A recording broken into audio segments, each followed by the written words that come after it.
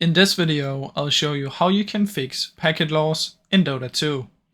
First thing I suggest you do is you search for network, connections, head in here, right click disable and then right click enable to see if that fixes it.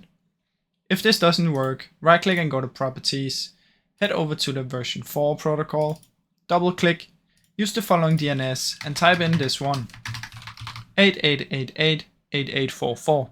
Press OK and see if that fixes it for you.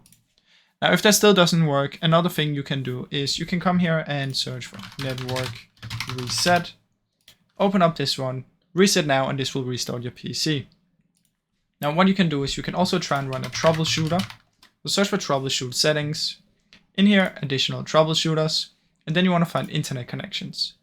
Run this one and see if this helps fix the issue.